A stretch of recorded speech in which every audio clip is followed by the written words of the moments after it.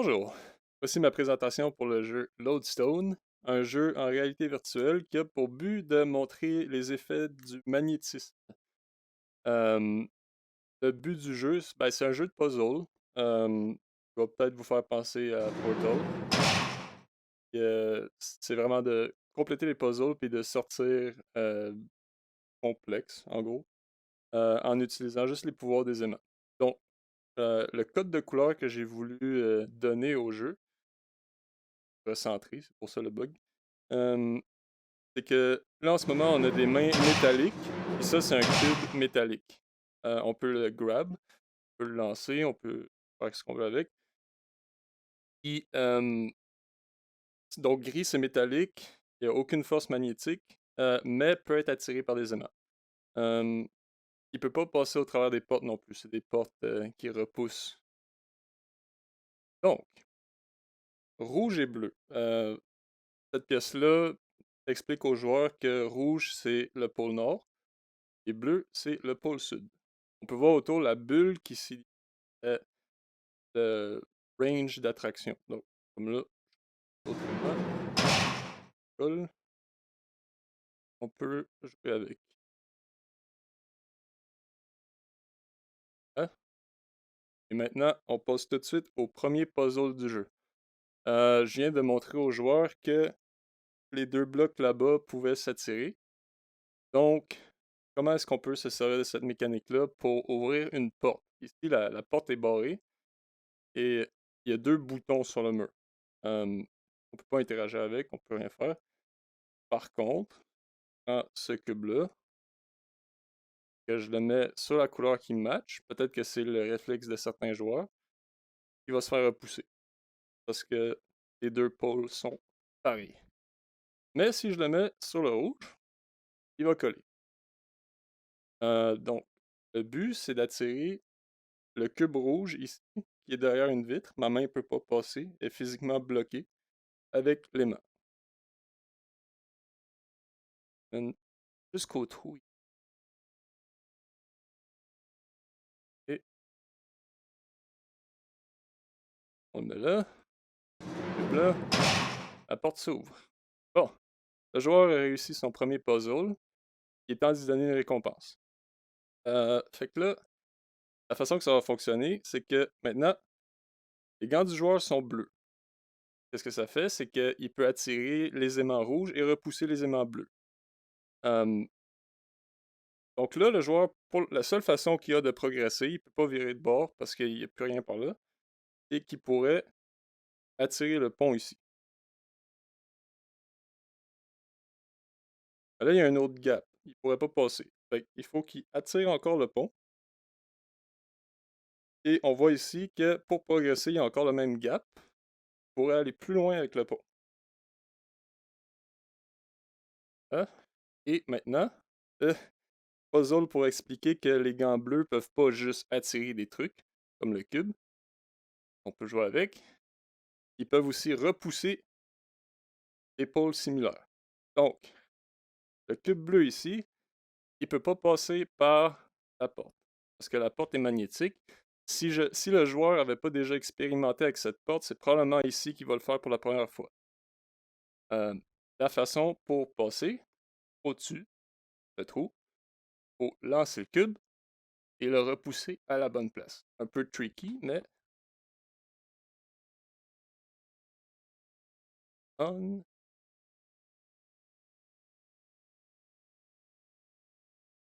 Pas bon à mon propre jeu. Et voilà.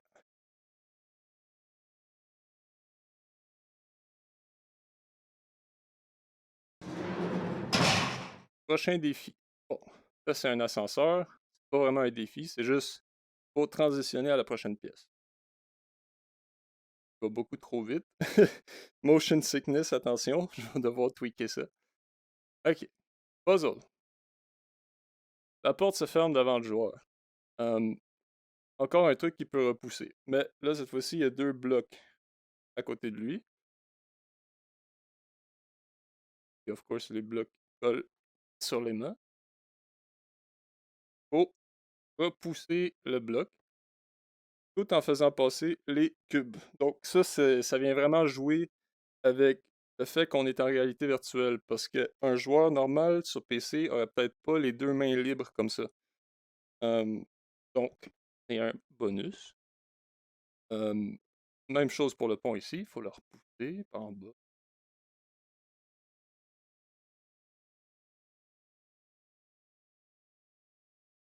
Puis c'était peut-être dur à voir en rentrant, mais la porte était là. Je voulais faire que dès qu'on rentre, la porte soit visible, fait qu'elle n'ait pas une hauteur trop exagérée pour la vision du joueur, mais ça se peut qu'on la manque, fait que c'est peut-être un point à retravailler. Prochaine pièce. Ok. Euh, Ici, 4 murs sont faits avec des aimants. Il y a une porte là. Sauf que la porte, les boutons sont pas là. Euh, J'espère, en tout cas, le but de la pièce, j'espère que le joueur va réaliser aussi, c'est qu'il faut pousser les aimants. Ben, ça va plus vite qu'une. Et trouver les boutons cachés. Il y en a un dans le coin là. Ça.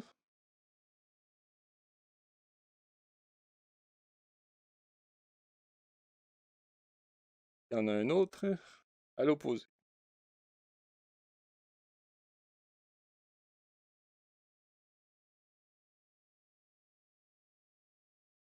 Bon, là, faut encore que je tweak la vitesse des ponts parce que visiblement, remonter, c'est quand même long. Puis on peut pas remonter avec nos gants parce qu'on a juste les gants bleus. On peut juste le pousser.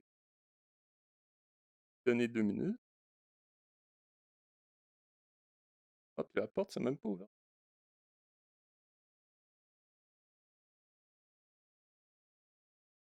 On l'a good.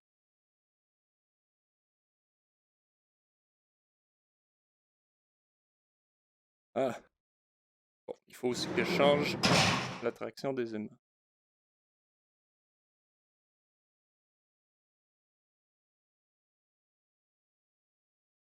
Aussi, dans cette pièce-là, j'ai caché un petit secret pour le joueur que je vais pouvoir démonter. Oh, là, ça va plus vite. Donc là, c'est la prochaine pièce, la prochaine upgrade du joueur. Il est à peu près temps. Maintenant, il va avoir le plein contrôle sur les aimants avec les deux mains. Là, pour continuer, il faut attirer le pont vers nous. Somehow, vraiment pas. Mais, je vais tout de suite passer par le secret. C'est un problème avec mes mains? Non. Ok, le secret. Donc là, il y a le chemin là-bas qui s'ouvre, qui est assez obvious. La porte s'ouvre devant le joueur quand il ramasse les gants. Mais, si le joueur se rappelle bien, il y a un plafond aussi qui est aimanté. Ce plafond-là, on peut s'y rendre avec seulement le gant rouge. Donc, une fois qu'on a passé la porte, on prend le gant rouge, puis on vire de bord, puis on tire le plancher comme ça. Parce que le rouge attire le bleu.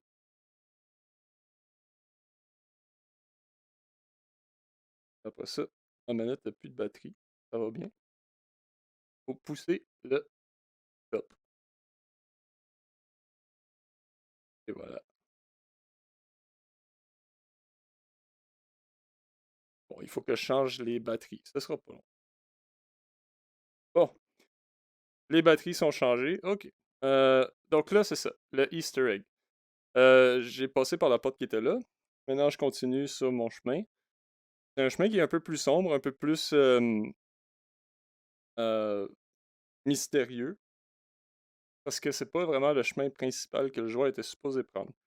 Ici, je voulais comme répliquer une espèce de salle des machines ou quelque chose qui est un peu plus behind the scenes, si on peut dire, pour montrer aux joueurs qu'il est pas vraiment à la bonne place en ce moment, comme pas supposé être là. Ici, il y a un trou éclairé un peu par du rouge.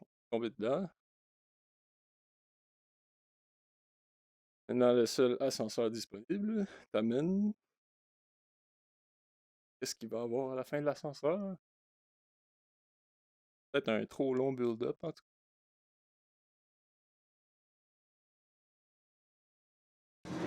Oh!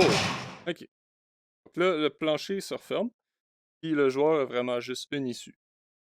Euh, cette porte-là. Donc, pour activer la porte, on ramasse les nouveaux gants, Gold. Et là, boom! Grosse shockwave, ça fait éclater le plafond, tous les blocs volent partout. Puis là, basically, ça montre aux joueurs que ces gants-là sont vraiment puissants. Et qu'est-ce que ça fait? C'est que ces gros cubes-là sont trop lourds pour des gants normaux, mais cette fois-ci, avec les gants Gold, ils peuvent les pousser. Comme ça. Donc déjà, on a un power-up qui est vraiment OP pour la fin. Que ça va vraiment jouer avec ces gros blocs-là. Donc là, ça, c'est vraiment le dernier niveau. Si j'aurais pris le vrai chemin, il y aurait eu un autre niveau avec des cubes normales, puis on aurait passé par cette porte-là. Donc maintenant, dans le niveau final, le but, c'est de, vu que les cubes sont normalement trop lourds pour le joueur, le but est de pousser les ponts magnétiques pour attirer le cube à la bonne place. Mais là, j'ai les bons gants. Donc, pas besoin de passer par tous ces ponts-là, puis vraiment de me casser la tête. Tout ce que je peux faire, c'est manœuvrer le cube d'une telle façon à ce que ce soit vraiment plus facile pour le joueur. Donc vraiment, le fait d'avoir exploré la map et d'avoir découvert le secret, c'est quelque chose qui va vraiment faciliter la vie aux joueurs. Donc juste à pousser le bloc.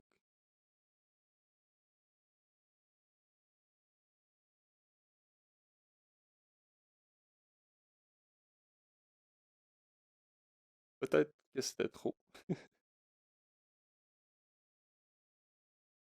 C'est le même principe que toutes les autres portes. C'est une porte avec deux switches. Donc le fait qu'ils sont géants va dire aux joueurs que il faut qu'il travaille un peu plus fort pour atteindre son but.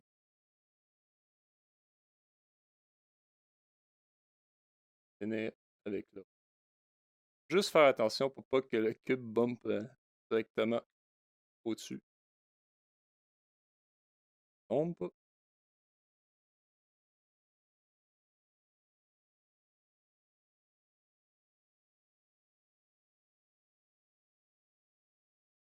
Par là. Et voilà. Donc là, le dernier défi terminé et on arrive à la fin. Et tada, il n'y a rien. La fin n'est pas encore totalement finie.